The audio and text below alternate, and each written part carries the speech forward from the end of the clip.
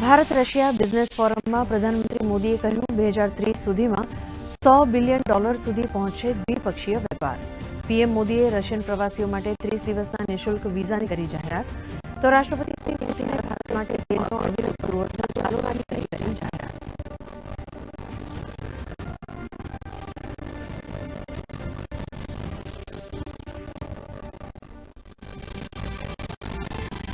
રશિયાના રાષ્ટ્રપતિ પુતિનનું રાષ્ટ્રપતિ ભવન દ્વારા કરાયું ઔપચારિક સ્વાગત. ભારતીય ત્રણેય સેનાઓના જવાનોએ આપ્યું ગાર્ડ ઓફ ઓનર. પુતિને રાજઘાટ ખાતે ગાંધી બાપુને આપી પુષ્પાંજલિ. વિઝિટર બુકમાં બાપુની યાદમાં લખ્યો સંદેશ.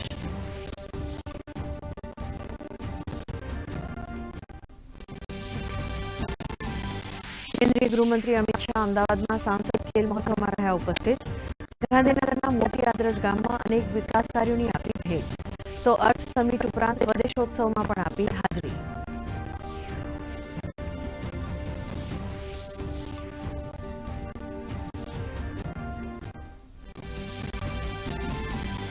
ગુજરાત સહિત અનેક રાજ્યોમાં ઇન્ડિગોની ફ્લાઇટ્સ કેન્સલ. ઇન્ડિગો સેવાઓમાં વિક્ષેપને પગલે નાગરિક ઉડ્ડયન મંત્રીનું નિવેદન. રામમોહન નાયડુએ કહ્યું, ભારત સરકારે આ વિક્ષેપની ઉચ્ચસ્તરીય તપાસ શરૂ કરવાનો કર્યો છે નિર્ણય.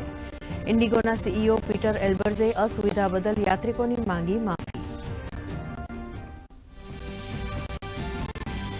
લોકસભાએ આરોગ્ય સુરક્ષાથી રાષ્ટ્રીય સુરક્ષા ઉપકર બિલ 2025ને આપી મંજૂરી.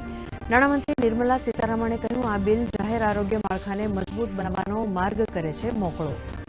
જાહેર આરોગ્ય જોખમો ઘટાડવા પર મંત્રાલયનું ધ્યાન.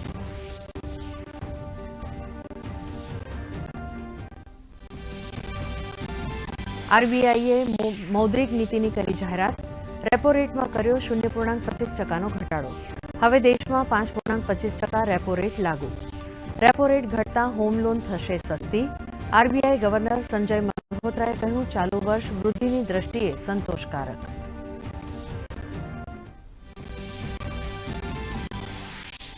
ગુજરાતને મળી વધુ એક સિદ્ધિ.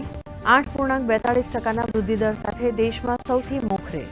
રાજ્યની વ્યક્તિગત આવક પહેલીવાર ₹3 લાખને પાર. ગુજરાત ભારતના ટોચના 5 મોટા અર્થતંત્રવાળા રાજ્યો પૈકીનું એક.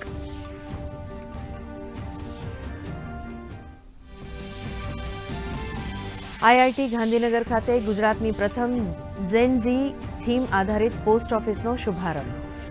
પોસ્ટ ઓફિસની સેવાને જેન ઝી પેઢી સાથે જોડવાનો હેતુ. 15મી ડિસેમ્બર સુધી દેશના વિવિધ શૈક્ષણિક કેમ્પસમાં સ્થિત 46 પોસ્ટ ઓફિસોનું કરાશે નવીનીકરણ.